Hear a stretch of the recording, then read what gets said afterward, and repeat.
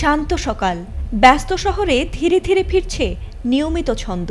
কেউ হেঁটে যাচ্ছেন, কেউ বা রোগী নিয়ে দ্রুত এগোচ্ছিলেন হাসপাতালের পথে। কিন্তু ঠিক এমন এক সকালে হঠাৎই ঘটে যায় ভয়াবহ এক ঘটনা, যা হয়তো কেউ দুঃস্বপ্নেও কল্পনাও করেননি।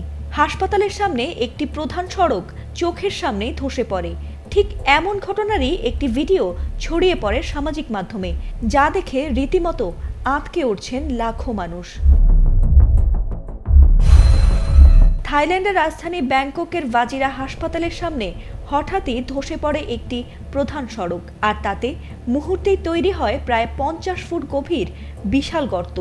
বুধবার স্থানীয় সময় সকাল 7:13 ঘটে যাওয়া এই ঘটনায় গর্তে পড়ে যায় বিদ্যুতের খুঁটি, এমনকি পুলিশের একটি গাড়িও।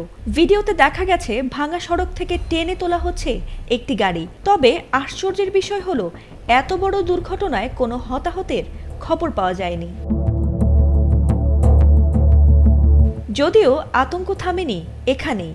ধসের পরপরই ওয়াজিরা ও সাঙ্গি মোড়ের মধ্যে যান চলাচল বন্ধ ঘোষণা করে কর্তৃপক্ষ। এলএমই সার্টিফাইড বিশ্বসেরা কপারে তৈরি ওয়ালটন কেবলস, যা আপনার স্থাপনাকে রাখবে সব সময় নিরাপদ। হাসপাতালের বহির্বিভাগের পরিষেবা স্থগিত করে সরিয়ে নেওয়া হয়েছে প্রায় 3500 রোগীকে। এছাড়াও মেট্রো স্টেশনের কয়েকটি পিলার ক্ষতিগ্রস্ত হওয়ায় ভয়াবহ ধরনের ঝুঁকির মুখে পড়েছে এলাকার নিরাপত্তা। বিশেষ করে 5 তলা সামসেন পুলিশ স্টেশন নিয়েও দেখা দিয়েছে উদ্বেগ। ব্যাংককের গভর্নর ঘটনাস্থল পরিদর্শনে গিয়ে জানিয়েছেন, ধসের মূল কারণ মূলত সুড়ঙ্গ ও স্টেশনের সংযোগস্থলে মাটি ভেতরে ঢুকে যাওয়া। এতে করে ভেঙে যায় পানি সরবরাহের পাইপ, আর ক্ষতিগ্রস্ত হয় বিদ্যুৎ সংযোগও। পরিস্থিতি নিয়ন্ত্রণে আনতে বিদ্যুৎ ও পানির লাইন বিচ্ছিন্ন করা হয়েছে বলে জানানো হয়েছে। দেশটির সরকার জানিয়েছে, সুড়ঙ্গ ও সড়ক মেরামতে লাগতে পারে অন্তত 1 বছর। এ ঘটনায় ইতোমধ্যেই তদন্ত কমিটি গঠন করা হয়েছে। তবে সবচেয়ে বড় ভয় এখন বৃষ্টি।